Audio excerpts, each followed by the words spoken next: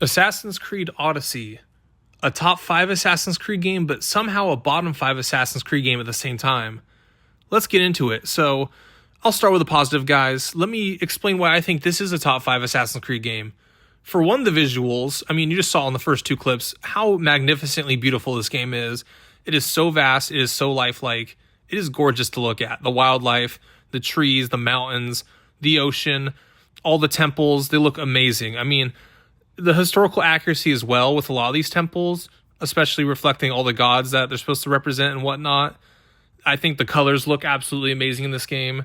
The open world is so big. I love the customization for each of the characters. I love how there's so many different outfits, not just in the store, but also you can find around the world. And unlike Black Flag Resynced, the store is so much better in this game. I mean, the outfits look so much cooler. It makes sense why we have kind of the Dark Souls skin, because they title it the Hades champion skin, which makes a lot more sense in this game. I also have Dionysus's bull, who's, the god of wine or whatever, but, there's a Greek story where he turns into a bull to try to attract the mate or whatnot, and I mean, I love that kind of thing. And again, I bought this little octopus captain as well for my crew. I bought them their little Poseidon armor, and it looks so immersive. It's so much fun. It's so grounded, yet it's so fantastical, and I just love the mythos of it, and it doesn't really break immersion because it just feels like it belongs there. And I really wish AC Black Flag Resynced would have kind of these Davy Jones looking characters like that with the octopus arms and tentacles. Gameplay wise, I love the naval combat. You could tell this game was a victim of the Black Flag formula, you would say, but at the same time, I feel like it works for this game. It's very vast. The Odyssey just came out in theaters, and I mean, a lot of that movie takes place in the ocean. A lot of that story written by Homer originally is an ocean tale, and I feel like it fits perfectly for this kind of game. I just love how vast it is, how you could just get lost in this world and travel from island to island and find so many different and unique things. So the naval combat's so much fun. I love the weapons on there. I love when you board the ship and they go like boo, boo, boo, hoo, and they do the little chant and whatnot. You get to just take on all these enemies. You get a Spartan kick them off. And there's great whites on the side, which again, I wish Assassin's Creed Black Flag Resynced would have, because it'd be cool if there's sharks on the side and could add just another element of danger for you and the crew. But, I just want to kind of start getting into the negatives, though, because those are the reasons I think this is a top 5 Assassin's Creed game. Another positive, I would say, you can see them doing the little chant here. I love it. But this game just has so much freedom. You're not stuck doing the most boring tailing missions ever. You can just go from island to island, place to place. The combat has some highs, and I do love those really big conquest battles where it's like the 50v50 and you got to weaken the nation or whatnot. So anyway, sorry guys, got a little sidetracked there, but let's get into the negatives. So the combat, you'll see in a clip in a second later on in the video, I try to go to an outpost, I sneak up on one enemy, and then I kill him, I assassinate him, which again, another complaint about this game, guys, you don't have a hidden blade. This is, I think, the only game in the whole series you do not have a hidden blade, so it just really breaks the Assassin's Creed mold, of course. You got that little spearhead, which, works, but the fact that Origins, Valhalla, Mirage, and even Shadows has the hidden blade, it just makes it so much more immersive. And even Black Flag Resynced, everyone complains about the combat and the hidden blades, but at least we have them. At least we get to use them. It's not that immersion breaking, and I feel like it takes longer in this game, too, to even assassinate people. But anyways, the issue I have with this combat system is just, look how long it takes. I mean, this isn't even the clip I'm talking about, but this is just how long it takes to kill one enemy, and you got to use those little special abilities, and I feel like half of them just aren't that good.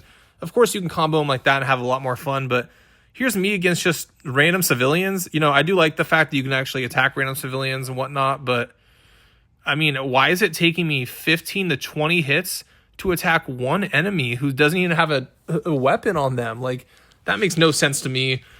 The leveling system, guys, I do not like. I mean, my biggest thing with the leveling system, I think Origins did a good job at it, and I'll make a video about that, but I like how in that game, it just feels like every single encounter or every other base, you go up a level and it's a lot more fast and it's just better pace. But in this game, if you're one level below someone or a creature or anything, you just get destroyed. You don't have a single chance in the world. I mean, against these great whites, I'm level 17, they're 16, and I get they're swimming around, but dude, I don't stand a freaking chance against them level-wise. I think I'm using a level 16 weapon as well, but it just takes away the fun. And I do like how in Valhalla, I don't like the combat in that game, of course, because it literally will take 70 hits to kill a single Viking, but you can at least turn it to the easy setting. And yeah, that seems like a bitch move, but In reality, it just makes every enemy only 3 to 4 hits, and they can still kill you in about 2 or 3 hits. So it's just way more fun in that game if you just turn Valhalla to easy settings. It feels like an Assassin's Creed game. And in this game, the biggest problem that got introduced to the series was you can assassinate a large target or a target 2 levels above you, and it won't even kill them. It does 50 damage, and look how long that assassination takes.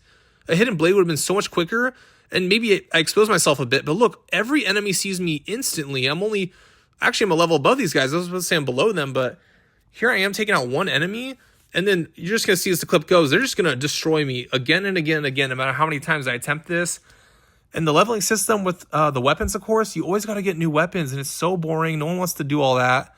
The biggest thing, too, is the world layout. As I interrupted myself, it's like you'll be a level, let's say, 10 through 11. You'll be in that region, and the region right next to you is a level like 35 through 36, and it just breaks all the immersion. It's like if you go over there to explore anything, it takes away the freedom because you're just going to die no matter what's over there. You don't stand a freaking chance. And again, this is like beginning in the game when you're in like a normal area where you should have the freedom to explore and have fun. And another thing I did is I love the Easter eggs where I went and got Poseidon's trident on this island with all these lions and stuff, and it was hidden, and I thought it was really cool, really fun. Same with Hades' Bident. It's stuck in this temple, and you have to go get it, and I love how hard it is to go get it, but at the same time, they're level locked. You can't use them to level 60, both of them, and it's like, really? Like, it just takes away the freedom of choice, freedom of immersion. I get those are like legendary weapons, but at the same time, it's like, what's even the point? You got to grind for hours. And again, that brings me to the next problem. This game is too long. And it came out before Shadows, before Valhalla. It's just so long. It's so long and boring.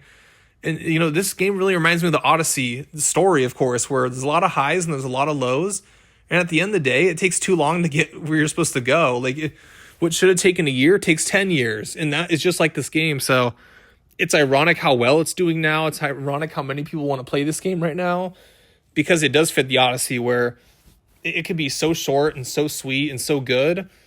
And part of the charm is that it's not. Part of the charm is you have to actually go explore and grind and do all these crazy battles for the Spartans or Athenians. But at the same time, it's bloated. It's overdone. It's fantastical, but it's at times too fantastical. And again, it's not a good AC game when you start bringing those elements into it. But again, it's like this game somehow manages to be a top 5 and a bottom 5 Assassin's Creed game at the same exact time. So it just feels like two games that didn't get to really be the strength of either. And I don't know. Again, I remember playing this game at the beginning of COVID where I couldn't go outside. So I absolutely loved going around exploring this beautiful world and getting lost in it. But at the same time, everything was way too hard. The hideouts were way too hard. You couldn't even assassinate people because you don't have a hidden blade. And when you assassinate a target, he literally will just only take about 30 or 40 damage, which blew everyone's minds back then. So I feel like this game fails to function as an Assassin's Creed game, yet at the same time is a perfect Greek epic tale and is so much fun. It's such a beautiful open world. And I don't even mind the fantastical elements in this game. And I feel like this is the only game that could have gone away with it because everyone loves the Greek gods. They're really cool. They're really pop culturally known. Valhalla and Shadows and a lot of those games, it's like they have mythos, but those games should not have relied heavily on those. They should have relied more on the core combat and more the reality of those time periods. And this game does a good job at that. So it's so weird to me that this game does such a good job at so many things, but then fails at so many things. And at the end of the day, when you look at this game, it is a top 5 Assassin's Creed game, arguably. It is, for the reasons I said. And you could also argue it's a bottom 5. And it accomplishes a lot and nothing at the same exact time. So I really just want to hear your guys' thoughts now. What do you think? Is this a game you like? And again, I forgot to mention too, it's like the story and the cutscenes are so boring. I don't think anyone likes the main characters in these games, so the decisions they make. And, maybe we start seeing this a little bit more before this game, but I feel like Origins did a good job with the cutscenes, a little bit more dynamic.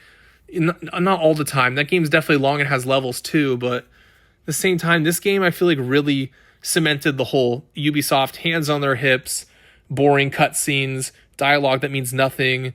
Pretty sure it's the first game you have to spam circle to get through dialogue scenes. So I don't know, guys. Once again, what do you think? Do you love this game? Do you hate this game? Do you think it's a top 5 game? Do you think it's a bottom 5 game? I'm curious to hear you guys' thoughts, honestly. The more I talk about this game, the more I just don't know, honestly. It's definitely not middle of the pack. That's That's the one thing it does right. So what do you think, guys?